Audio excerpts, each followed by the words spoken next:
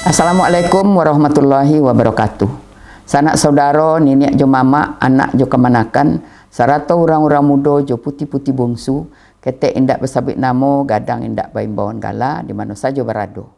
Alhamdulillah dengan izin jo ridha Allah Subhanahu wa taala, di hariko, di kotiko dan bayi kita bersua balik untuk bercerita tentang adat jo budaya negari awak Minangkabau ko di tapian kato nangko.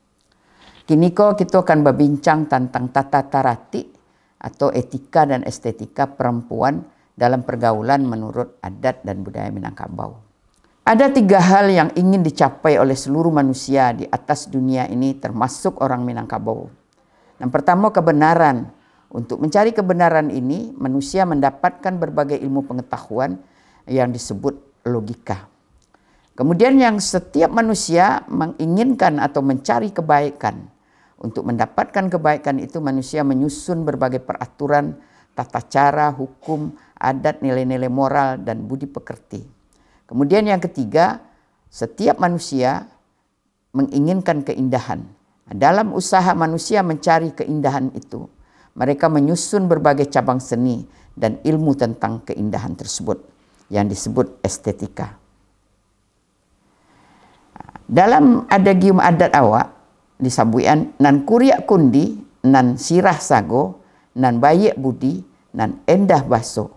Adagium atau mamangan adat tersebut merupakan perpaduan dan acuan mengenai akhlak dan etika dengan estetika menurut tatanan adat dan budaya Minangkabau.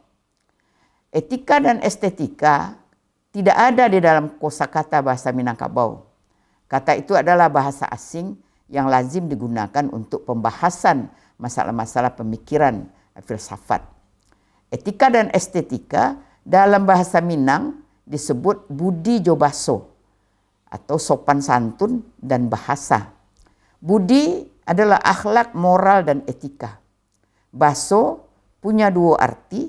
Yang pertama, baso adalah tata cara adat istiadat dalam bersikap dan bertindak. Kemudian bahasa adalah tata cara adat istiadat dalam berbicara. Seperti adanya kato nan ampe, langgam nan ampe, langgam kato. Nah, itu. Orang Minangkabau yang ideal itu adalah orang yang berbudi baik, babaso katujuh. Budi gunanya untuk kesempurnaan hidup bermasyarakat, baso gunanya untuk keselarasan hubungan antar manusia. Nah, dasar untuk menentukan budi yang baik dan yang buruk, iko nan disabui di dalam ajaran adat awak, raso jo pareso. Jadi pemikiran dan perasaan. Dan iko harus diimbangi tarui. Mesti dipulang balian, raso dibawa naik, pareso dibawa turun. Jadi sesuatu yang dirasakan harus dipikirkan, sesuatu yang dipikirkan harus dirasoan. Baru awak membuat tindakan. Alu aja patui, kepantasan dan kepatutan. Kemudian uku aja jangko, ukuran dan alokasi waktu. Kemudian baris jo balabe, hukum dan aturan. Jadi itu 4 hal pokok untuk awak menentukan, menuntun awak untuk menjadi babudi nan elok. Dapat dikatakan anggo-tanggo atau dalam bahasa Indonesia anggaran dasar dari budi dan bayi itu adalah agama. Dan anggaran rumah tangganya budaya. Nah, itu aponyo kalau awak bawaan ke peraturan di dalam masyarakat lah itu, masyarakat luas. Seluruhnya itu tertuang dalam tingkah laku sehari-hari, terutama dalam tata cara bersikap, berbicara, bagaul, berpakaian, berpikir dan bertindak. Etika dan estetika harus tampak padu, tidak boleh dipisah-pisahkan.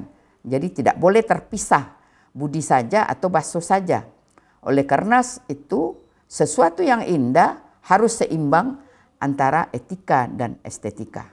Jadi sesuatu yang indah tidak boleh keluar atau lari daripada etika. Itu kuncinya. Untuk menjelaskan hubungan etika dan estetika perempuan, terutama ke perempuan ditujukan ya, perempuan Minangkabau, dapat kita lihat dari 3 hal. Yang pertama kecantikan, yang kedua kepribadian, yang ketiga penampilan diri. Ketiga hal tersebut mempunyai makna dan pengertian yang berbeda-beda. Oleh karena kecantikan tidak punya ukuran baku atau nilai akhir, semuanya bersifat sangat temporal, maka adat Minangkabau tidak membuat bakuan tentang sesuatu yang disebut cantik.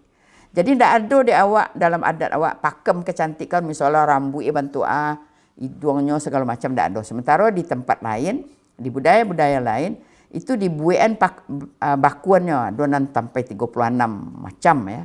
Tapi di Minangkabau tidak. Karena sesuatu yang temporal di orang Minangkabau tidak dibakukan dah. Nyukat akan berubah gitu.